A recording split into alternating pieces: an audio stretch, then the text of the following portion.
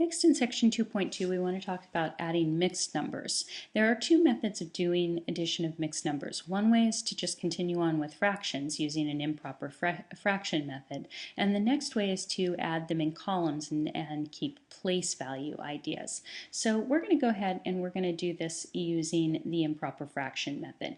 As it sounds, the first thing that we're going to do is we're going to change the mixed numbers to improper fractions. So 5 times 1 plus 1, which gives me 6/5, and then we're going to add to that 2 times 2 times 5 plus 3, which is 13/5.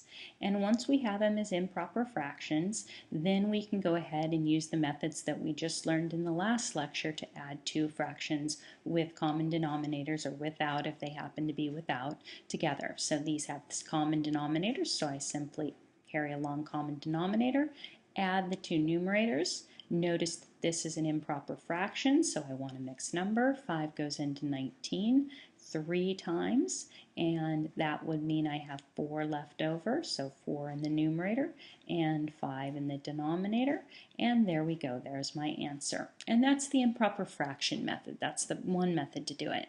Now I'm going to go on to a second example, number 16, to show you the second method. Now the second method I'm going to call the columnar method. So in this one, what we're going to do is we're going to stack the numbers over one another. So we have 1 3/4 over here, and then I'm going to have plus, and I'm going to stack the ones over one another, and I'm going to stack the fractions over one another.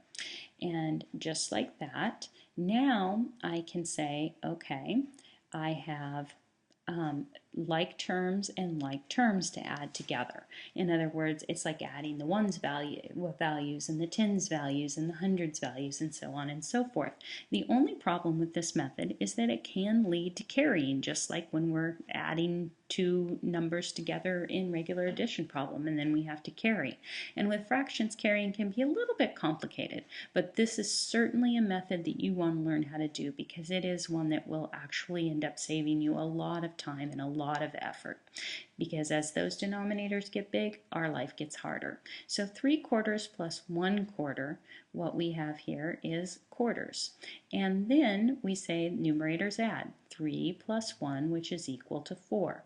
And of course, this is where our troubles begin. And then 1 plus 5, which is equal to 6.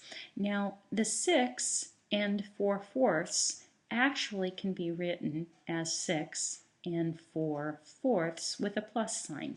And that's how we can take care of this final part of the problem. This says 6 plus, and then we're going to change this to a mixed number, and 4/4 is 1, and then we complete the problem either by in this similar manner here and rewriting it, or in this one where it's just a whole number and a whole number, and 6 plus 1, which is going to give us 7, and we're all finished.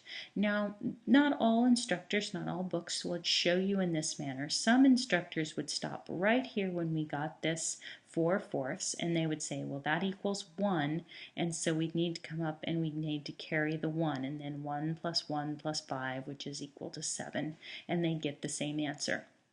I prefer to finish my entire problem and then take it up to here where I'm saying, okay, this means 6 plus this, and finishing that out. It feels a little bit more consistent and there's not as much to get distracted in.